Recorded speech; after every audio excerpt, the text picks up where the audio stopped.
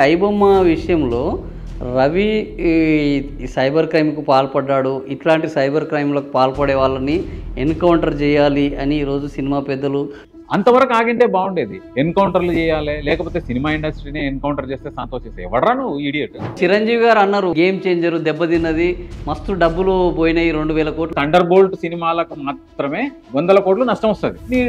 Zero మూవీకి ఏ విధంగా నష్టం వస్తుంది? ఐబొమ్మ రవిని బయటికి వచ్చే అవకాశం ఉందా? ఖచ్చితంగా శిక్ష ఎదుర్కోవాల్సి వస్తుందా?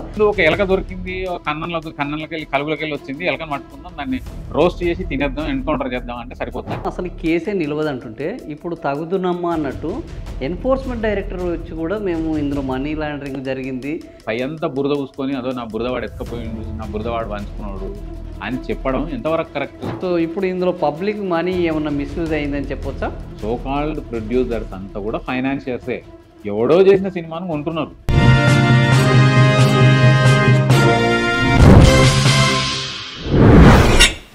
నమస్తే. ఇప్పుడు మీరు ఐబొమ్మ అన్నారు కాబట్టి ఐబొమ్మ విషయంలో రవి ఈ సైబర్ క్రైమ్‌కు పాల్పడ్డాడు. ఇట్లాంటి సైబర్ క్రైమ్‌లకు పాల్పడే వాళ్ళని ఎన్‌కౌంటర్ చేయాలి అని ఈరోజు సినిమా పెద్దలు సి కళ్యాణ్ లాంటి వాళ్ళు అంటున్నారు. మీరు ఆయన మీద కేసు కూడా పెట్టినారు. ఎందుకని అసలు పైరసీకి వ్యతిరేకంగా పనిచేయాల్సిన వ్యవస్థలు పైరసీకి అనుకూలంగా పైరసీని వ్యతిరేకించే వాళ్ళ మీద కేసులు పెడుతున్నారు ఎందుకని? పైరసీ అనేది అది యూనివర్సల్ అయిపోయింది. Okay, accept. I'm asking Kalyan, ఆయన ఫోన్లో పైరేటెడ్ వర్షన్ సాఫ్ట్వేర్ ఉందా లేదా? ఆయన పర్సనల్ ల్యాప్టాప్లో పైరసీ సాఫ్ట్వేర్ ఉందా లేదా? ఆయన ఓన్ పర్సనల్ కంప్యూటర్లో పైరేటెడ్ వర్షన్లు ఉన్నాయా లేదా? మైక్రోసాఫ్ట్కి సంబంధించిన విండోస్ ఆయన ఇన్స్టాల్ చేసుకుని దానికి లైసెన్స్ కడుతున్నాడా? లైసెన్స్ వర్షన్లే కదా వాడాల్సింది. లైసెన్స్ వర్షన్ కాదు అంటే అది పైరేటెడ్ వర్షనే కదా. పైరేటెడ్ వర్షన్ నువ్వు నీ పర్సనల్గా ఉపయోగించుకుంటూ ఈరోజు మనం వాడుతున్న డౌన్లోడ్ చేసుకుంటున్న సాఫ్ట్వేర్లు కావచ్చు, వెబ్సైట్లు కావచ్చు, అన్నీ కూడా పైరేటెడ్ వర్షన్లతోనే జనాలు నడిపిస్తున్నారు. ఓకే, అంటే మైక్రోసాఫ్ట్ ఇప్పుడు కేసు వేస్తే ఇప్పుడు వితౌట్ మేడ్ ఏ పార్టీ, యూట్యూబ్ను పార్టీ చేయకుండా యూట్యూబ్ ద్వారా ఐబొమ్మకు డబ్బులు వచ్చినాయంటే కేసుని ఎట్లా ప్రూవ్ చేస్తారండి? ఓకే, ఇదొక అవును, ఇది యూట్యూబ్ పార్టీ చేయాలి కదా. అసలు యూట్యూబ్ ద్వారా కదా ఇదంతా జరిగింది ట్రాన్సాక్షన్. వెబ్సైట్ కదా ఆయనది, వెబ్సైట్ కదా. Website holder he earned 20,000 plus crores. మరి యూట్యూబ్ ఎంత సంపాదించుంటది? Why don't you made a party? YouTube కి ఏం సంబంధం ఉన్నది? ఏదో ఒక వెబ్సైట్, అందులో నువ్వు డౌన్లోడ్ చేసుకుంటున్నావు, దాంట్లోనే చూస్తున్నావు. సార్, అందరికీ తెలిసిన విషయమే. మీరు కానీ నేను కానీ ఆన్లైన్లోకి మనం వెళ్ళాలంటే మనం కొద్ది ప్యాకేజ్ అయితే తీసుకోవాలి కదా. 50 రూపాయల ప్యాకేజా, 600 ప్యాకేజా, మన తాహతను బట్టి మనం కొంటాం. అంటే అది ఎవరికి వెళ్తుంది? ఇంటర్నెట్ ప్రొవైడర్కి, ఇంటర్నెట్ సర్వీస్ ప్రొవైడర్కి మన టెలిఫోన్ ఆపరేటర్లు పే చేస్తారు కదా. పే చేస్తే అది ఇన్కమే కదా. దాంట్లో నుంచే కదా యూట్యూబ్ ఇస్తున్నది. యూట్యూబ్ సొంతంగా వాళ్ళ జేబుల నుంచి అయితే ఏం ఇయ్యదు కదా. సర్వీస్ ప్రొవైడర్ ఎవరైతే బిఎస్ఎన్ఎల్ కావచ్చు, భారతీ ఎయిర్టెల్ కావచ్చు, ఐడియా కావచ్చు, వీళ్ళు మనం మంత్లీ పేమెంట్ చేస్తున్నాము, మంత్లీ రీఛార్జ్ చేసుకుంటున్నాము, డాటా రీఛార్జ్ చేసుకుంటున్నాము. ఆ డబ్బులను ఖచ్చితంగా యూట్యూబ్కి ఇవ్వాల్సిందే కదా. యూట్యూబ్కి ఇవ్వండి. యూట్యూబ్ ఎందుకు మూసేసుకుంటుంది? వాళ్ళకి వేరే సోర్స్ ఎక్కడి? వేరే సోర్సే లేదు. అంటే ఒక 20,000 కోట్లు ఐబొమ్మ రవే సంపాదించినప్పుడు మరి యూట్యూబ్ ఎంత సంపాదించింటది? యూట్యూబ్ లేకుంటే అసలు పైరసీ లేదు కదా. ఓకే, యూట్యూబ్ లేకుండా, సర్వీస్ ప్రొవైడర్లు లేకుండా, బిఎస్ఎన్ఎల్ లేకుండా, ఐడియా లేకుండా మీకు ఆ సర్వీస్ ప్రొవైడర్ ఎక్కడి నుంచి వచ్చింది? యూట్యూబ్ ఎక్కడి నుంచి వచ్చింది? గూగుల్ ఎక్కడి నుంచి వచ్చింది? గూగుల్లో మీరు అప్లోడ్ చేసిండ్రు అంటే గూగుల్ కూడా పార్టీ చేయాలి కదా. గూగుల్ను పార్టీ చేయకుండా టెక్నికల్గా మీరు తీసుకురాకుండా హౌ కెన్ యూ ఎస్టాబ్లిష్? మరి ఇదంతా ఎట్లా చేస్తున్నారు? ఇదంతా తెలియకుండానే చేస్తురా? ఈరోజు సజ్జనార్ గారు కానీ సైబర్ ఎవరైనా కావచ్చు సార్. ఇప్పుడు ఈ మాత్రం అవగాహన వాళ్ళకి లేదా? అతి ఉత్సాహం ప్రదర్శించాల్సిన అవసరం ఏముంది? మీరు కాంప్రిహెన్సివ్ గా ఎంక్వైరీ చేయండి. At least have you summoned YouTube, have you summoned Bharti Airtel, telecom providers, Idea, Jio, వీళ్ళని ఎవరిని మీరు సమనే చేయలేదు, మీరు అడగనే లేదు. మీకు జియో లేకుండా మీరు ఎట్లా చూస్తారు పైరేటెడ్ వర్షన్? పైరేటెడ్ మూవీ ఐబొమ్మను మీరు ఎట్లకెళ్ళి చూస్తున్నారు? మీరు సర్వీస్ ప్రొవైడర్ మీకు ఇస్తున్న బ్యాండ్ విడ్త్ తోనా, యాక్సెస్ తోనా మీరు సినిమా చూస్తున్నారు. దానివల్ల ఆయనకు 20,000 కోట్ల నష్టం వచ్చిందని ఆయన అంటున్నాడు. మరి సర్వీస్ ప్రొవైడర్ లేకపోయా, తర్వాత యూట్యూబ్ లేకపోయా, గూగుల్ లేకపోయా. గూగుల్ లేకుండా రవి ఒక్కడు ఎట్లకెళ్ళి ఆకాశంలోకి వచ్చినాయి డబ్బులు. అంటే రవి ఒక్కడిని దొరికిచ్చేసుకొని రవిని ఎన్కౌంటర్ చేసేస్తే, రవిని ఎన్కౌంటర్ చేయగానే భయపడంగానే వీడెవడో ఈడియట్ శ్రీ కళ్యాణ్ చెప్పిండని చెప్పేసి పోలీసు వాళ్ళు చేతులు కట్టుకొని ఎన్కౌంటర్ చేసేస్తారా? సినిమా ఇండస్ట్రీ వాళ్ళు చేయొచ్చు అంటే చేతులకు తీసుకోవచ్చా? In what way your competent? ఒక్క నువ్వు పెట్టుబడి పెడితే ఒక సినిమా తీసిండొచ్చు. ఇప్పుడు మీరు ఇచ్చిన కేసు ఎఫ్ఐఆర్ అయిందా? పోలీసు వాళ్ళ ఇంట్రెస్ట్ ఆర్పిఐ తీసుకొని కూడా ఇష్టపడలేదు. అది ఆర్పిఐ చేసినాం, రిజిస్టర్ పోస్ట్ విత్ అక్నాలజ్మెంట్, నాకు ప్రూఫ్ వస్తుంది. వారం 10 రోజులు చూసిన తర్వాత నేను హైకోర్టులో రిట్ ఫైల్ చేస్తా. నేను చేసే కార్యక్రమం ఖచ్చితంగా మీరు శ్రీ కళ్యాణ్ వదిలిపెట్టే అవకాశమే లేదు. నాట్ ఓన్లీ శ్రీ కళ్యాణ్, ఎవరు ఇప్పుడు ఇండస్ట్రీలో ఏదైనా పెద్దగా ఏమన్నా సీమంతం ఫంక్షనా, లేకపోతే ఏమన్నా పుట్టిన డోలోత్సవమా, అంతమందిని కూర్చోబెట్టుకొని వాళ్ళతో మీరు ఏ రోజైనా సరే కనీసం మొన్న 40 మంది చనిపోయారు సార్ ఒక బస్ ఇన్సిడెంట్లో, కాలిపోయారు, చనిపోయారు. మరి వాళ్ళ బాధితులు అంటే ఎప్పుడైనా సజ్జనార్ గారు కానీ పక్కన కూర్చోబెట్టుకొని మాట్లాడేదా? ఏ బాధిత కుటుంబాన్ని అయినా నువ్వు బాధితులు అంటే 20,000 కోట్లు నష్టపోతేనే నువ్వు పక్కన కూర్చోబెడతావా? పోలీసులను అతి ఉత్సాహాన్ని కూడా నేనేం ప్రశ్నించదలుచుకోలేదు, కానీ అంతవరకు ఆగింటే బాగుండేది. ఎన్కౌంటర్లు చేయాలి, లేకపోతే సినిమా ఇండస్ట్రీని ఎన్కౌంటర్ చేస్తే సంతోషిస్తాయి. ఎవడరా నువ్వు ఇడియట్? నీకు సినిమాలు తీస్తే నీకు కోట్లు ఉంటే ఎవరికి వస్తుంది? దానివల్ల ఉపయోగం ఎవరికి లేదు కదా. శ్రీ కళ్యాణ్ సినిమా ఇండస్ట్రీలో తనకు వర్క్ చేసిన వాళ్ళకు రూపాయి తప్ప వేరే పిల్లికి కూడా బిచ్చమేయడు కదా. అది ఆయన మీద కూడా చాలా కేసులు ఉన్నాయి కదా.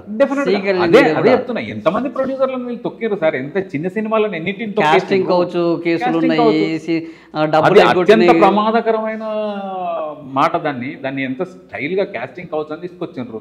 అంటే నథింగ్ బట్ రేప్. అది 354 కానీ అమ్మాయిలను 3ని ఆమె అనుమతి లేకుండా టచ్ చేస్తేనే 354 10 సంవత్సరాల జైలు శిక్ష, 7 సంవత్సరాల జైలు శిక్ష ఉంది. 376 అయితే రేప్ కేసు, యావజ్జీవ కారాగార శిక్ష ఉంది. దానికి కాస్టింగ్ కౌచ్ అని చెప్పి వీళ్ళు పబ్బం గడుపుకుంటున్నారే. కొన్ని వేల మంది కృష్ణానగర్ మీరు నేను అంటే మరి మీరు ఈ కాస్టింగ్ కావచ్చు మీటు జరిగిందిగా, ఇట్లాంటి న్యాయవాదులు, మేధావులు, సమాజం గురించి ఆలోచించే వాళ్ళు ఈ సినిమా ఇండస్ట్రీ మీద ఎందుకు ఇప్పటి వరకు కేసులు పెట్టలేదు? సార్ నేను ఇప్పుడు వాయిస్ రేజ్ చేసింది దాని కొరకే కదా. అంటే first who is to take the initiation? జనరల్గా అరుణ్ కుమార్ గారు చేశారు, ఓకే డన్. ఏదో ఒక ఈరోజు ఐబొమ్మకు సంబంధించి కూడా సొసైటీలో అందరూ రవికి మద్దతుగా పలుకుతున్నారు.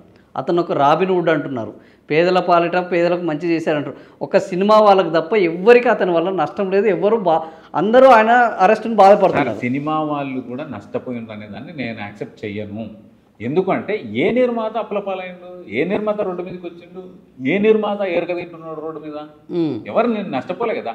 రావాల్సిన లాభం రాలేదు, బాధ తగ్గిందనే బాధ. లాభం నష్టపోయినాం, ఇంకో 100 కోట్లు వచ్చింది, నాకు ఇంకో 200 కోట్లు. ఇప్పుడు చిరంజీవి గారు అన్నారు ఓజీ దీనివల్ల దెబ్బతిన్నది, అదే ఆయన కొడుకు సినిమా ఇది గేమ్ చేంజర్ దెబ్బతిన్నది, మస్తు డబ్బులు పోయినాయి, 2,000 కోట్లు 3,000 కోట్లు ఏమో లాస్ అయిందని చెప్తున్నాడు కదా. సినిమా బాగుందా సార్? సినిమా బాగుంటే అయిపోద్ది కదా. సినిమా బాగుంటే మరి బాహుబలికి తలాతోక లేదు, ఇల్యూజను అన్ని ఇష్టం వచ్చినట్టు క్రియేట్ చేసి ఏవేవో చేసిండ్రు. మరి జనాలకు నచ్చింది యాక్సెప్ట్ చేసారు. జనాలు నచ్చకుంటే అంటే ఓన్లీ ఐబొమ్మ రవి రిలీజ్ చేసినందుకే ఫెయిల్ అయిందా? ఫెయిల్ అయిందంటే నీకు మరి మార్కెట్లో నీకు డబ్బులే రాలేదు, మరి ఆన్లైన్లో నీ ఎట్లా నష్టపోయినట్టు? మంచిగా ఆడిన బ్లాక్ బస్టర్ థండర్ బోల్ట్ సినిమాలకు మాత్రమే 100 కోట్లు నష్టం వస్తుంది. నీ జీరో మూవీకి ఆన్లైన్ లో ఏ విధంగా నష్టం వస్తుంది? చూసేటోడు ఆడనేది లేదు కాబట్టి వేసినా కూడా పెద్ద నష్టమే లేదని మీరు అంటారు. అంటే ఇప్పుడు కాన్సెప్ట్ ఏంది? సినిమా ఇండస్ట్రీ కాన్సెప్ట్ ఏంది? 500 కోట్లు బాహుబలి 2 కలెక్ట్ చేసింది. 500 కోట్లకు నువ్వు ట్యాక్స్ కట్టినవా లేదా? రిసిప్ట్ లేదు. మీకు ఎగ్జంప్షన్ ఉంటుంది, ట్యాక్స్ ఎగ్జంప్షన్ ఉంటుంది. నువ్వు 30% కట్టాల్సిన అవసరం లేదు, 2% 3%. At least have you paid the 2% or 3% tax to government? Have you మీకు నీకేమైనా ప్రూఫ్ ఉందా? Are you ready to produce the copy? అది లేదు. దాని మీద ఆన్లైన్లో పెడితే రవికి లాభం వచ్చింది అంటాడు. రవికి లాభం వచ్చింది. రవికి లాభం ఎవరు ఇచ్చారు? పంచుకున్నది ఎవరు? యూట్యూబ్ కదా. మరి యూట్యూబ్ ఎందుకు సమాజం? యూట్యూబ్ ఎందుకు పార్టీ చేయట్లేదు? అకౌంట్లోకి వచ్చిన డబ్బులే నువ్వు చూస్తున్నావు అంతే తప్ప నీకు డబ్బులు వచ్చినాయి. వర్చువల్ గా ఎంత నష్టమైంది? 20,000 కోట్లు కాదు, వాస్తవంగా 1,00,000 కోట్లు కూడా అయ్యుండొచ్చు. 80,000 కోట్లు యూట్యూబ్ కూడా లాభపడి ఉండొచ్చు కదా. సో దాంట్లో పర్సెంటేజ్ చేస్తారు. కానీ మీకు నాకు తెలుసు, దాంట్లో యూట్యూబ్ లో వీడియో ప్రమోట్ అయ్యి ఎక్కువ స్థాయిలో పోతేనే యూట్యూబ్ డబుల్ రెవెన్యూ వస్తుంది, రెవెన్యూ జనరేట్ అవుతుంది. ఆ రెవెన్యూను నీకు రియంబర్స్ చేస్తుంది ఎవరైతే వెబ్సైట్ లో సినిమా. ఇప్పుడు ఈ కేసులో ఐబొమ్మ రవిని బయటికి వచ్చే అవకాశం ఉందా? ఖచ్చితంగా శిక్ష ఎదుర్కోవాల్సి వస్తుందా? ఆయనకు సంపాదించిన డబ్బులన్నీ ఇంకా పోయినట్టేనా? టూ టెక్నికల్ సార్, ఎట్లా చెప్తున్నా నేను అదే చెప్తున్నా. నేను 100 రూపాయలు నష్టం అయితే 20 రూపాయలు 80 రూపాయలు వదిలేసి 20 రూపాయలు ఎట్లా ఎస్టాబ్లిష్ చేస్తారు? సో ఆయన దోషాన్ని ఎస్టాబ్లిష్ చేసే అవకాశం లేదు. 100% వీగిపోతుంది కేసు. 100% చెప్తున్నా నేను.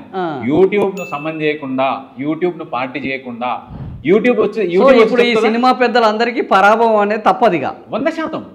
ఇప్పుడు వీళ్ళ యూట్యూబ్ ను సమన్ చేయకుండా how can you establish the case? At least summon చేస్తే వాడు ఎందుకు వస్తాడు? 80 రూపాయలు వాడు తిన్నాడు, 20 రూపాయలే కదా వీడికి ఇస్తుంది. దాంతో అసలు వీళ్ళు పోరాడలేదు కదా. ఇప్పుడు యూట్యూబ్ తోటి పోరాడే సినిమా లేదు కదా. బకరా దొరికింది, ఒక ఎలక దొరికింది, కన్నంలోకి వెళ్ళి కలుగులోకి వెళ్ళి వచ్చింది, ఎలకను పట్టుకుందాం, దాన్ని రోస్ట్ చేసి తినేద్దాం, ఎన్కౌంటర్ చేద్దాం అంటే సరిపోద్దా? You have to produce your case కాంప్రిహెన్సివ్లీ, ఎస్టాబ్లిష్ చేయాలి. ఇతన్ని ఎథికల్ హ్యాకర్ అంటారు. సో చేసింది కూడా ఎథికల్ గానే చేసిండా? ఎథికల్ హ్యాకింగే. రవి లైఫే ఎథికల్ హ్యాకర్ గా స్టార్ట్ అయ్యి పోలీస్ కి సపోర్ట్ చేసే వచ్చిండు డెఫినెట్ గా.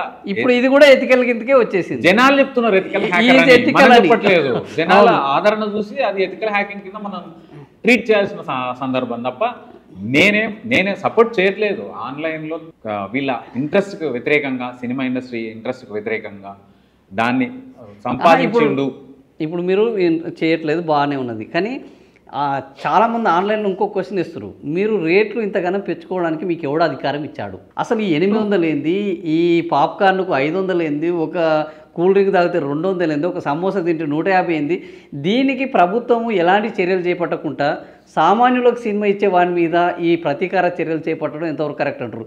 దీన్ని న్యాయపరంగా వీళ్ళని ఏ విధంగా ఛాలెంజ్ చేయవచ్చా? ఈ ధరలను న్యాయపరంగా తగ్గించే అవకాశం ఉంది. మన కోర్టు కూడా చెప్పింది మీరు ధరలు తగ్గించకపోతే బాగుండదని. ఖచ్చితంగా. అయినా మరి వీళ్ళు అమలు చేయట్లేదు కదా. అసలు ఆ పాప్కార్న్ ఎంత తెస్తారు? 50 రూపాయలు మించదు. అవును, పెద్ద బకెట్ పాప్కార్న్ అయినా 50 రూపాయలు, పెద్ద బకెట్ పెట్టి ఇచ్చేస్తారు. దాన్ని 250 రూపాయలు, 500 రూపాయలు అన్లిమిటెడ్. కూల్ డ్రింక్ 200 రూపాయలు పర్ హెడ్. అది పర్ హెడ్. అంటే ఒక సినిమా పోతే నా పర్సనల్ ఎక్స్పీరియన్స్ ఇంట్రెస్ట్ తోనే నేను శంభాజీ మూవీకి వెళ్తే, నాకు ఆ రోజు మేము 7 మంది వెళ్తే మాకు వచ్చిన ఖర్చు కేవలం 9,000 రూపాయలు. 9,000 రూపాయలు మాత్రమే. 9,000 రూపాయలు అంటే నేను ఒక సామాన్యుడిని. పెట్రోల్ డీజిల్ కాదు, అవన్నీ ఏవి కాదు. మళ్ళీ పార్కింగ్ ఫీజు 25 రూపాయలు, 50 రూపాయలు అది కూడా కాదు. ఓన్లీ నేను నా ఇంటి నుంచి పోయినా, నా కారు అవన్నీ పక్కకు పెడితే 9,000 రూపాయలు నాకు ఖర్చు వచ్చింది. అంటే ఎంజాయ్ చేయాలంటే ఇప్పుడు ఖర్చు పెట్టాలనేది ఉన్నది. కానీ ఇది ఇంత ఖర్చు వాళ్ళు ఎందుకు ఎంటర్టైన్ చేస్తుంది గవర్నమెంట్? ఎన్ని కంప్లైంట్లు వచ్చినా వాళ్ళ ఇండియన్ టెరిటరీ కదా థియేటర్ అంటే. అదేమి ఫారిన్ లో లేదు, ట్యాక్స్ ఎగ్జంప్షన్ లో లేదు, వాళ్ళకేం అపరిమితమైన మన ఎంఆర్పి రేట్లకే అమ్మాలి. ఎంఆర్పి రేట్లను కూడా కాదని ఇష్టం వచ్చినట్టు. అంటే తెలివిగా వాళ్ళు ఏం చేస్తున్నారంటే ప్యాక్ ను ఓపెన్ చేసి మీకు లిక్విడ్, అన్లిమిటెడ్ లిక్విడ్ ఇచ్చినప్పుడు దాంట్లో ఐస్ వేసి దాన్ని ఆ మార్క్ లేకుండా చూసుకుంటారు. కానీ వీటిలో రేట్లను ఫిక్స్ చేసే యంత్రాంగం ఉన్నది కదా మనకు ఆల్రెడీ. ఎన్ఫోర్స్ అదే గవర్నమెంట్. ఎందుకు ఆర్డీఓ చర్యలు తీసుకోవాలి? ఇంత నేకుడుగా ఇంత దోపిడీ జరుగుతుంటే ప్రభుత్వం వాళ్ళ మీద చర్యలు తీసుకోకుండా ఇట్లాంటి వాళ్ళ మీద చర్యలు ఎందుకు తీసుకుంటుంది? మరి న్యాయ వ్యవస్థ, న్యాయవాదులు, ఈ ప్రజా సంఘాలు వీళ్ళందరూ ఏమైనట్టు? సార్ ఒక నానుడు ఉంది, పబ్లిక్ ఇంట్రెస్ట్ చేసే అడ్వకేట్లను కూడా జనాలు అంటే మా ప్రొఫెషన్లో ఒక చిన్న చూపు ప్రమాదం ఉంది. ఒక స్టేజ్కి వెళ్ళిన తర్వాత కూడా వెనక్కి పని లేదు, అన్ని ఇవే చేసుకుంటాం. అదేంటి సార్, మన జై భీమ్ సినిమా వచ్చింది, కేవలం ఒక చెప్తున్నా నేను లాయర్ మీద ఇంత గొప్పగా మాట్లాడుకున్నాం మనం. మన దగ్గర చాలా మంది లాయర్లు, గొప్ప గొప్ప లాయర్లు, పేదల కోసం మాట్లాడిన వాళ్ళు ఈ రోజుకు వాళ్ళకు గొప్ప ఉన్నారు. ఇప్పుడు కూడా ఉన్నారు, చేస్తున్నారు. అంటే ఈ ఆరోపణల నుంచి బయటపడడానికి కూడా కొద్దిగా వెనకం చేయాల్సి వస్తుంది. ఇప్పుడు స్ట్రైట్ గా అక్కడ నుంచి వచ్చే బాణం ఏంది? నీకు గతి లేకుంటే ఇంట్లో వండుకో అని అంటారు. 100% ఇట్లాంటి ఆన్సర్లే కదా అటు నుంచి వచ్చేది. గవర్నమెంట్ అథారిటీస్ దగ్గర పోయి నేను ఇప్పుడు ఆర్డీఓకి నేను ఒక ఫిర్యాదు చేస్తా, స్ట్రైట్ కంప్లైంట్ తీసుకుంటూనే అంటాడు, నువ్వు కనుక చేత కాకపోతే ఇంట్లో అనుకోరా, ఎవడు చూడమన్నాడు నిన్ను మూవీ అని అంటాడు. యాక్షన్ తీసుకోవాల్సిన ఆర్డీఓ ఎందుకు? లాలూచి వ్యవహారాలు ఉన్నాయి. అది వీళ్ళకి కూడా వర్తిస్తుంది కదా. సినిమా పెద్దలకు మీకు దమ్ముంటే పైరేటెడ్ కాకుండా చూసుకోవాలి, కానీ పైరేటెడ్ చేసిన మీద ఏడవడం ఎందుకు? ఇది వాళ్ళకు కూడా వర్తిస్తుంది కదా. అదే చెప్తున్నాడు కదా శ్రీ కళ్యాణ్, మేము మాకు వ్యవస్థ ఉంది, స్కాట్లాండ్ యార్డ్ పోలీసులకు మేము డబ్బులు ఇచ్చినాము, వాళ్ళకి సర్వీసెస్ తీసుకొని వీళ్ళకు ప్రొడ్యూసర్ గిల్డ్ కి ఏర్పాటు చేసిన సాఫ్ట్వేర్ అనలిస్ట్లకి వీళ్ళు డబ్బులు ఇచ్చిండ్రంట, స్కాట్లాండ్ యార్డ్ పోలీసులు ఇచ్చిండ్రంట. మరి అంత సొఫిస్టికేటెడ్ వ్యవస్థ ఉన్నప్పుడు వై డోంట్ యు ఆస్క్? ఈ రోజుకి ఒక లీగల్ నోటీస్ వెళ్ళలేదు కళ్యాణ్ నుంచి కానీ, ప్రొడ్యూసర్స్ గిల్డ్ నుంచి కానీ, యూట్యూబ్ కానీ, సర్వీస్ ప్రొవైడర్స్ కానీ ఒక లీగల్ నోటీస్ పంపించలేదు. ఎందుకు పంపించలేదు? మీ బిజినెస్ నడవాలి అంటే మీరు వాడు ఇమ్మీడియట్ గా ఏం అడుగుతాడు? Have you using the pirated version in your computer are licensed version అని అడుగుతాడు వాడు. దగ్గర ఉన్నది కదా, ఫస్ట్ దొరుకుతాడు కాబట్టి సంబంధం చేయట్లేదు. ఈయన డాటా కూడా వాళ్ళ దగ్గర ఉంటుంది. అదే ఈయన చిట్టా not only data, pirated version నువ్వు నా పైరేటెడ్ వర్షన్ వాడుకుంటు నాకేవాడు నువ్వు నోటీసులు ఇచ్చేదాన్ని వస్తాడు వాడు కూడా. ఇంటెలెక్చువల్ ప్రాపర్టీ రైట్స్ లో వాడు 100 కోట్ల రూపాయలు వేస్తాడు కనుకనే దొరికిండు వీడు ఒకడు, బకరా దొరికిండు, వీడిని ఈయనే వేసేద్దాం, ఇది క్లోజ్ చేసి భయం కల్పిద్దాం. ప్రజలు ఎవరు కూడా అసలు అఫెన్స్ లో పార్టిసిపేట్ అయ్యేది చూసేవాడు కూడా కదా. అవును, ఐబొమ్మని డౌన్లోడ్ చేసుకుని ఐబొమ్మ నుంచి నువ్వు చూస్తున్నావు అంటే, పైరేటెడ్ వర్షన్ చూస్తున్నావు అంటే ప్రతి ఒక్కరు తప్పు చేస్తున్నట్టే. అది ఎథికల్, అది పెద్ద నేరం కాదు అని అందరు అనుకుంటున్నప్పుడు in what way it is offence?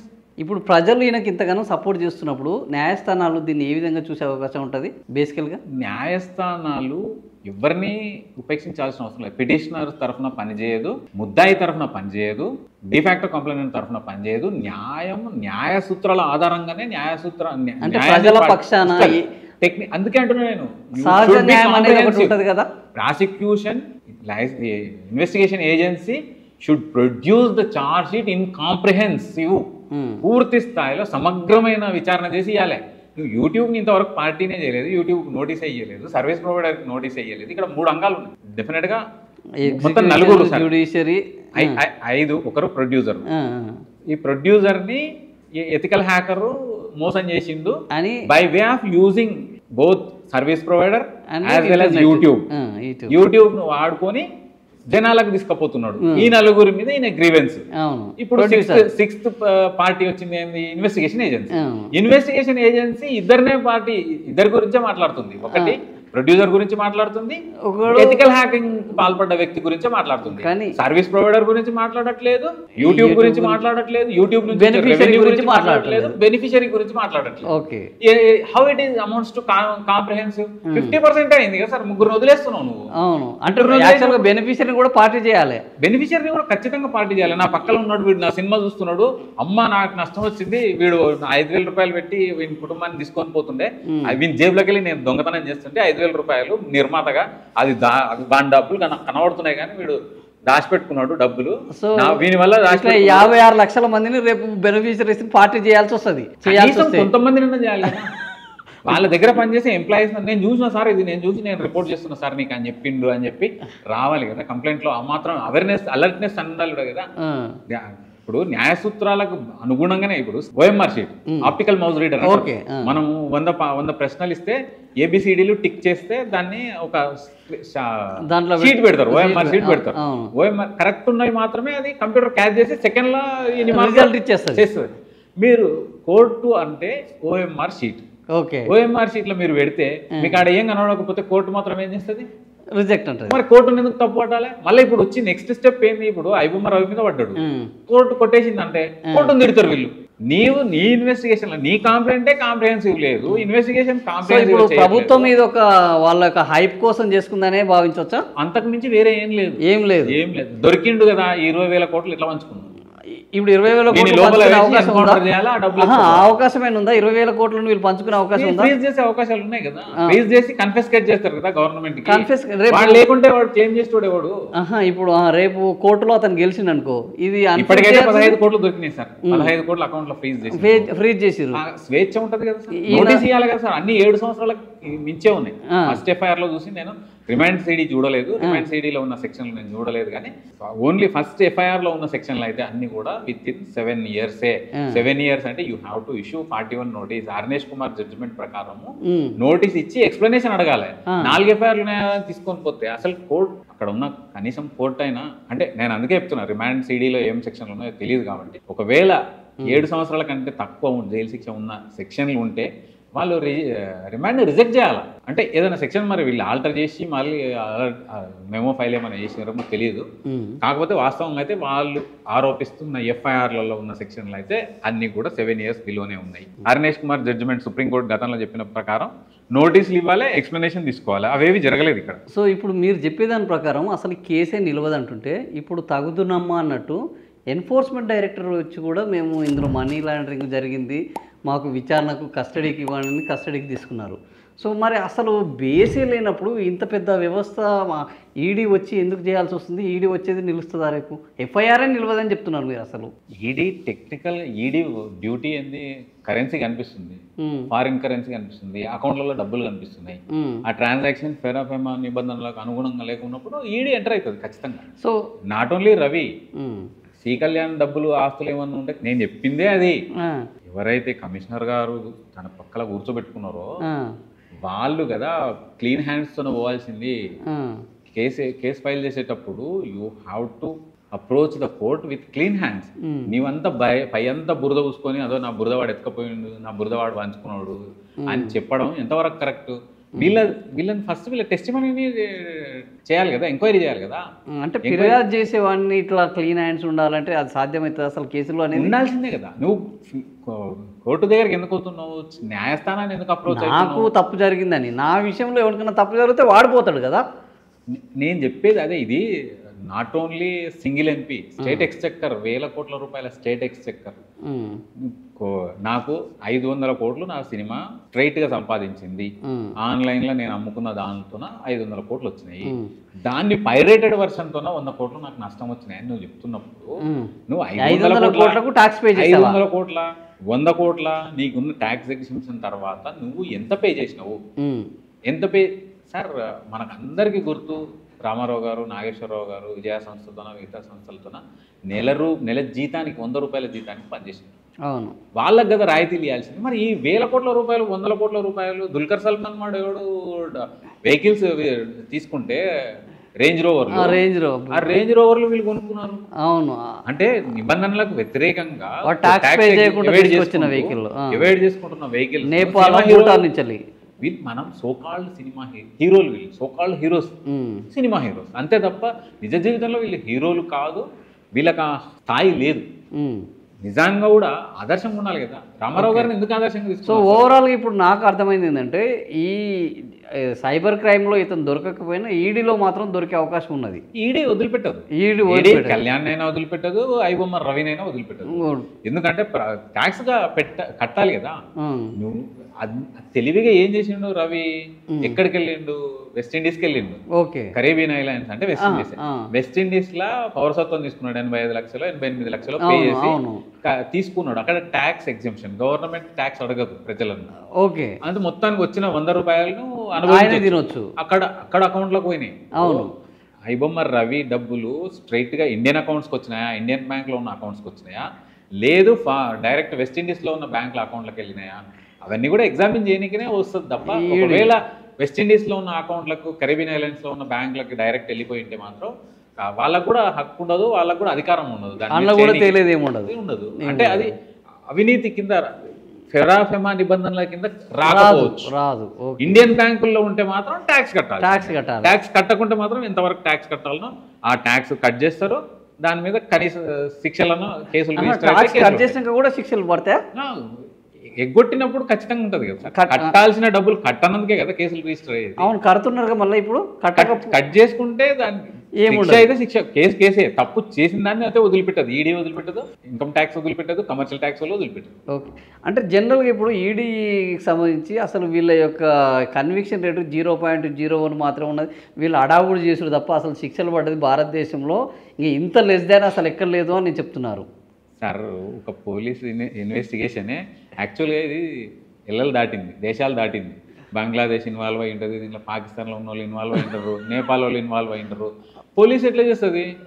State police cyber crime ఏ విధంగా చేస్తుంది? చేయలేదు. సిబిఐ కదా ఇవ్వాల్సింది కేసు. ఇది CBI is competent to enquiry చేయడానికి వేరే మొత్తం డీటెయిల్స్. ఇప్పుడు ఈ దాంట్లో ఈడీ ఎక్కడ పోవాలి? 22,000 కోట్లు ఎప్పుడు దాన్ని కౌంట్ చేయాలి, ఏ అకౌంట్లోకి వెళ్ళి ఎవరెవరు ఇచ్చిండ్రు, యూట్యూబ్ ఏమి ఇచ్చింది, ఈయనేం అప్లోడ్ చేసిండు, ఇవన్నీ ఎగ్జామిన్ చేయాలి కదా. ఇవన్నీ టెక్నికల్ గా ఎగ్జామిన్ చేసే వాళ్ళకు ముసలోళ్ళు అయిపోతారు కదా. ఈ రోజు యంగ్స్టర్ కొత్తగా వచ్చిన అధికారి కమర్షియల్ ట్యాక్స్ లో, ఇన్కమ్ ట్యాక్స్ లో, ఎన్ఫోర్స్మెంట్ డైరెక్టర్ లో జాయిన్ అయినోడు 25 సంవత్సరాల సర్వీస్ తో రిటైర్ అయిపోయినా కానీ దొరకవు అంతే. అందుకని ఎస్టాబ్లిష్ చేయడం అనేది ఇక అది హైయెస్ట్ ఎందుకు విట్నెస్ లైనా చనిపోతారు, అక్యూజ్డ్ అయినా చనిపోతాడు, ఇన్వెస్టిగేషన్ చేసిన ప్రాపర్ అధికారన్నా రిటైర్ అయిపోతాడు, దొరకడు, ఇన్వెస్టిగేషన్ సహకరించాడు. ఇవన్నీ జరుగుతున్నాయి కనుక ఎక్స్పిడైట్ గా చేయడానికి ఒక వ్యవస్థ, పర్టికులర్ వ్యవస్థ అనేది లేదు.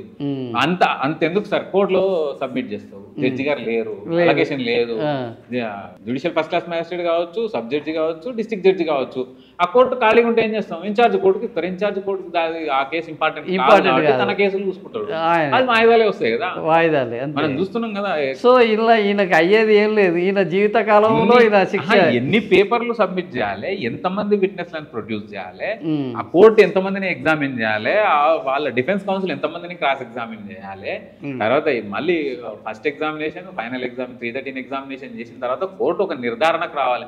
నిర్ధారణకు వచ్చే లోపల ఆఫీసర్ ట్రాన్స్ఫర్ అయిపోతే మళ్ళీ ఆయన కొత్తగా వచ్చిన రెడ్డి గారికి అవగాహన తీసుకురావడానికి మళ్ళీ టైం పడుతుంది. ఇప్పటికీ జడ్జిమెంట్లు కావాలి. దీనికి ఒక ప్రత్యేక వ్యవస్థ ఏర్పాటు అయితే తప్ప ఖచ్చితంగా అవకాశమే లేదు, ఖచ్చితంగా చెప్తున్నాను. సో ఇప్పుడు మీరు సి కళ్యాణ్ మీద చేసిన కేసుకు సంబంధించి రేపు ఈ పోరాటంలో ఆయనకు ఏమైనా శిక్ష పడే అవకాశం ఉంటుందా? ఆయన ఓపెన్గా అన్నాడు కదా సార్, చేతులకు తీసుకోవడం మేబీ మీగర్ చిన్న కేసే ఉండొచ్చు, బెదిరించి ఉండొచ్చు అని చెప్పేసి చిన్న స్థాయి కేసే కావచ్చు, కానీ వదిలిపెట్టే సమస్య అయితే లేదు. ఎందుకంటే ఎన్కౌంటర్లను ప్రోత్సహిస్తాను, మనుషుల ప్రాణాలను ఏమంటవా, పోలీసులు తీయకుంటే సినిమా ఇండస్ట్రీ నుంచి చేస్తే కూడా నేను శభాష్ అంటున్నాను. సో మీరు ఇప్పుడు ఆ కేసు తోటి పరిమితం అవుతారా, లేకపోతే రేపు ఈ టాకీస్లలో కూడా ఈ రేట్లు తగ్గించాలి, దాని మీద కూడా మళ్ళీ కేసులు వేసి పోరాడే ఏమన్నా ఆలోచన ఉన్నదా? సార్ నా కేసులు నా చేతిలో ఉన్న కేసులు ఫస్ట్ ఇంపార్టెంట్, దాంట్లో ప్రయారిటీ ఇచ్చుకుంటూ నా అవకాశాన్ని బట్టి, నా వెసులుబాటుని బట్టి ఖచ్చితంగా ఇంకా ఎవరైనా మిత్రులు ఉంటే వాళ్ళు కలుపుకొని కూడా మా టీం వర్క్ చేస్తుంది. ఖచ్చితంగా వదిలిపెట్టే ప్రశ్న అయితే లేదు. సో ఇప్పుడు ఇందులో పబ్లిక్ మనీ ఏమన్నా మిస్యూజ్ అయిందని చెప్పొచ్చా? పబ్లిక్ మనీ ఏ విధంగా మిస్యూజ్ అయింది సార్? ఏం లేదు. ఇప్పుడు I'm asking producer guild, Telangana producer guild నేను అడుగుతున్నా. 22,000 కోట్లు కదా, సరే అది 2,000 కోట్లే అనుకుందాం, 1000 కోట్లు అనుకుందాం. కన్ఫిస్కేట్ పరిశ్రమ ఎంతో కష్టపడి ఒక చాలా మంది పనిచేసి చేసిన దాన్ని వీళ్ళు దోచుకొని పోతున్నారు ఇట్లా అని. సో ఈ పరిశ్రమ రేపు ఉనికి లేకుండా పోతుంది కదా అనేది వాళ్ళ ఆవేదన. 1000 కోట్లు అనుకుందాం, 2000 ఉజ్జాయింపుగా తెలుగు ఇండస్ట్రీకి సంబంధించి 100 కోట్లే అనుకుందాం సార్. 100 కోట్లు వస్తే తీసుకుపోయి చిత్రకూరి కాలనీలా బతకదెరువు లేని, బ్రతకలేకపోతున్న ఎక్స్ట్రా ఆర్టిస్టులకు ఇస్తారా? ఎందుకు ఇస్తారు మరి? పెద్ద ఇప్పుడు ఎవరు డెవలప్ అవుతున్నారు, ఎవరు అసలు ప్రొడ్యూసర్స్ కింద వాస్తవ ప్రొడ్యూసర్లు ఎవరు? వీళ్ళు ఫైనాన్షియర్లు, సో కాల్డ్ ప్రొడ్యూసర్స్ అంతా కూడా ఫైనాన్షియర్సే. ఎవడో చేసిన సినిమాను కొంటున్నారు, ఎవడో 90% పూర్తి చేసి అయిపోయింది, నాతో ఉన్న పైసలు అయిపోయినాయి, 3 కోట్లు 10 కోట్లు తెచ్చుకున్నాను నేను, అయిపోయినాయి, నేను చేతులు ఎత్తేసిన నిర్మాతల సినిమాలను కొనుక్కొని ఫైనాన్స్ చేస్తున్న వాళ్ళు వీళ్ళు. ఓకే, వాస్తవం ఎంక్వైరీ చేయండి, మీ ఎంక్వైరీ చేయండి, ఆయన చెప్పమనండి. లేదు నేను ఫస్ట్ నుంచి ఆయన హీరో కాల్ షీట్ తీసుకున్నా, ఈ హీరోయిన్ కాల్ షీట్ తీసుకున్నా, ఈ ఎక్స్ట్రా డబ్బింగ్ ఆర్టిస్ట్ కాల్ షీట్లు తీసుకున్నా, ఈ ఎక్స్ట్రా ఆర్టిస్ట్ కాల్ షీట్లు నేనే తీసుకున్నా, నా కంపెనీ తీసుకుంది అని చెప్పి అదంతా రిపోర్ట్ వీళ్ళ దగ్గర ఉండదు బేసికల్గా. అంటే చాలా కొద్ది మంది దగ్గర ఉంటుంది, కేవలం ఒక ఫైనాన్షియర్ మాత్రమే. లాభం వస్తుంది, బాగా నడుస్తుంది మూవీ, దీనికి టాక్ వచ్చింది, చెల్లం 10 కోట్లు పెట్టినావా, నేను 7 కోట్లు ఇస్తా, పోతే పో, బతుకుతే బతుకు, లేకుంటే లేదు. ఆ 7 కోట్లు కూడా చెక్కులు ఇచ్చి ఎగ్గొట్టిన సందర్భాలు ఉన్నాయి, కోట్లలో కేసులు ఉన్నాయి. ఆ ప్రొడ్యూసర్ వాడు రోడ్డు మీద పడ్డ తర్వాత వాడు కోట్ల రూపాయలు ఫీజులు ఇచ్చి కేసులు ఏ విధంగా చేసుకుంటాడు? చేయలేడు. న్యాయం కూడా చాలా ఖరీదైంది. ఎన్నో కేసులు పెండింగ్ ఉన్నాయి, 100 కోట్ల రూపాయల కేసులు. అందరికీ ఇంతే ఉత్సాహం ప్రదర్శిస్తున్నారా? చిత్రపురి కాలనీలా బ్రతుకుదెరువు లేక బ్రతకలేని వాళ్ళ కొరకు ప్రభుత్వం కేటాయిస్తే 5,000 కోట్ల రూపాయల ఫ్రాడ్ చేసేది. సినిమా ఆర్టిస్టులే ఉన్నారా? బయట వాళ్ళకి ఎట్లా అమ్ముకుంటారు? ఫ్లాట్లలో వేరే వాళ్ళు ఎట్లుంటారు? మొత్తం హౌసింగ్ సొసైటీ చేసిన ఫ్రాడ్. ఎవరి ఇన్వాల్వ్మెంట్ తో అయిందంతా? ఈ పెద్దలే, సినిమా పెద్దలు లేకుండా గజం భూమి ఎవడైనా అమ్ముకోగలుగుతాడా? గజం ఒక ఫీట్ ఎవడైనా? కానీ ఇవన్నీ ఎవరు బయటికి చెప్పట్లేదు కదా, చెప్పనీయట్లేదు వీళ్ళు పూర్తి స్థాయిలో. అసలు సినిమా ఇండస్ట్రీ సార్, నేను ఒక సోకాల్డ్ హీరో గారిని నెంబర్ 1, నెంబర్ 2, నెంబర్ 3 అడుగుతాను. ఆయన అఖిల భారత అభిమాన సంఘం అధ్యక్షుడిని ఒక్క సినిమాలన్నా చూపించింది ఫేస్. లేదు ఆయన కొడుకును ఒక సినిమాలో ఎత్తుకున్నాడా? లేదు. ఎందుకు ఎత్తుకుంటారు? వాడు ఆస్తి అంతా దిగదుడిచి నీ సినిమా ఖర్చు అంటే ఈయనని అభిమానించమని ఈయన ఏం అడగలేదు కదా, వాని అభిమానానికి వాడు చేసుకుంటున్నాడు అంతే. వాడి రక్తం వాడు వాడి రక్తమే కదా. ఇప్పుడు ఈయన ఏం పిలవలేదు కదా, పిలిస్తే కదా ఈయన చేయాల్సింది. మరి మీరు ఏ విధంగా జనాలను మభ్యపెట్టే ప్రయత్నం చేస్తారు? ఏదో నేను చేస్తున్నా, వాడు రక్తం ఇస్తే నువ్వు ఈడ రోడ్డు మీద దుకాణం పెట్టుకొని అమ్ముకుంటున్నారు కూడా కదా. ఊకే సేవ చేస్తున్నారు. వాస్తవమే సేవ చేయడం లేదనే మాట నేను మాట్లాడాను. సేవతో పాటు దాన్ని నడవాలి, ఆ సిస్టమ్ నడవాలి, ఆ సిస్టమ్ నడిపించాలన్న ఉద్దేశంతో అయితే డబ్బులు వసూలు చేస్తున్నావు లేదా? How it amounts to charity. Charity ఏం కాదు కదా, దాన్ని ఒక వ్యాపకం కింద మార్చుకున్నావు అంతే. వ్యాపారం అని ప్రూవ్ చేయగలరా ఎవరైనా? ఇప్పుడు అది నువ్వు థర్డ్ పార్టీ నుంచి డబ్బులు తీసుకుంటున్నావు, థర్డ్ పార్టీ నుంచి బ్లడ్ తీసుకుంటున్నావు. అవును, మరి అది వాళ్ళు వచ్చి స్వచ్ఛందంగా ఇస్తున్నారు. నేను ఎవరికి అవసరం వాళ్ళకి bridging both donor and receiver. అయితే ఆ రక్తం ఇచ్చినోంది, డబ్బులు చెల్లిస్తున్నోంది కానప్పుడు మరి ఆన్లైన్ ట్రాన్సాక్షన్లకు పోయిన డబ్బులు నీవెట్లయితే? ఐబొమ్మ నిర్వాహకుడు ఎత్తుకపోయిన డబ్బులు మరి నీవెట్లయితే? క్రెడిట్ అంతా నువ్వే కొట్టేస్తున్నావు కదా. నీవేమో ఎవరికో రావాల్సిన క్రెడిట్, ఎవరికో రావాల్సిన సింపతి, ఎవరికో రావాల్సిన పేరు మనం తీసేసుకుంటున్నాం. మనమే నడుపుతున్నాం. సినిమా అంతా దుకాణం అంతా మనమే నడుపుతున్నాం కాబట్టి మొత్తం నేనే శబాష్ ఒక 1000 లీటర్లు 1,00,000 లీటర్లు ఇప్పటికి నేను రక్తం పంచిన శబాష్ అని నా అంతలకు నేనే కొట్టేసుకుంటున్నా. మరి కానీ ఆన్లైన్లో నీ సినిమా మీద ఏదో రూపాయలు పోయినాయి, నష్టపోయినాయి అన్నప్పుడు మరి అది ఎందుకు బాగా భరించట్లేదు? అన్నీ నాకే కావాలి. ఇక్కడ జరిగేది ఏంటంటే ప్రతిదీ నాదే. నువ్వు ఇంట్లో సినిమా చూసుకున్నా కూడా దానికి నాకు డబ్బులు చెల్లించాలి. నువ్వు ఇంట్లో తీసుకుంటున్న తిండిని కూడా, ఇంకా సినిమా చూసుకుంటూ ఆ రోజు నువ్వు తిన్న తిండిని కూడా క్యాలిక్యులేట్ చెయ్యి. ఆ రోజు ఇంట్లో చిప్స్ చేసుకున్నారు, నువ్వు థియేటర్కి వచ్చింటే 500 రూపాయలు పెట్టి చిప్స్ కొనుక్కునేటోడివి, అది కూడా నష్టమే అని చెప్పి ఎక్స్ప్లెయిన్ చేసి జనాలకు మళ్ళీ ఇంకా ఇంత పెద్దగా సినిమా చూపించండి. ఎందుకంటే ఎందుకు ఇంత వెటకారంగా మాట్లాడుతున్నా అంటే జీవిల చర్యలు అట్లా ఉన్నాయి. వందల ఎకరాలు కబ్జా పెట్టారు, 100 ఎకరాలు గవర్నమెంట్తో స్టూడియోలు పెడతామని అవి పెడతామని చెప్పి తీసుకున్నప్పుడు నువ్వు ప్రజలకు అదే విధంగా సేవ చేయాలి. తప్పు వాళ్ళది కాదు, ప్రభుత్వం వాళ్ళది కదా. బేసికల్గా ప్రభుత్వాన్ని మస్తుగా అడుగుతాడు, మస్తుగా చేస్తాడు. ప్రభుత్వం వాళ్ళకి ఇస్తున్నది, వీళ్ళు తీసుకుంటున్నారు. ఈరోజు ప్రభుత్వం ఇవ్వకపోతే బ్లాక్మెయిల్ చేస్తున్నారు కదా. సినిమా ఇండస్ట్రీని ఆడికి తీసుకుపోతాం, సినిమా ఇండస్ట్రీని ఈడికి తీసుకుపోతామని. ఇప్పుడు విమర్శలకు తట్టుకోలేక ప్రభుత్వంలో ఉన్న వ్యక్తులు సహకరిస్తున్నారు అంతే తప్ప, తప్పు జరిగినప్పుడు ఇనుపపాదంతో తొక్కేయలేదా? సంధ్యా థియేటర్లో జరిగిన దాన్ని ప్రభుత్వం హార్ష్గా తీసుకుంది కదా. తీసుకునే వాళ్ళకి మేము ఆడికి వెళ్ళిపోతామని బ్లాక్మెయిల్ చేసినారు కదా. మరి ప్రభుత్వంలో ఉన్న వ్యక్తులు గట్టిగా ఉండాలంటే కూడా ఉండనీయట్లేదు, కొన్నిసార్లు సాధ్యం కాదు. సో ఓకే అన్న, థ్యాంక్ యూ. సో ఇది అరుణ్ కుమార్ గారి యొక్క వాదన. ఐబొమ్మ రవి విషయంలో కూడా ఇది ఖచ్చితంగా ఓడిపోయే కేసు, కేవలం హైప్ కోసం చేసింది తప్ప ఇందులో కూడా వాళ్ళని ప్రాసిక్యూట్ చేసే అవకాశం లేదు, ఇందులో గెలిచే అవకాశం లేదు అని చెప్తున్నారు. సో మరి ఏం జరుగుతుంది అనేది చూద్దాం. Thank you for watching.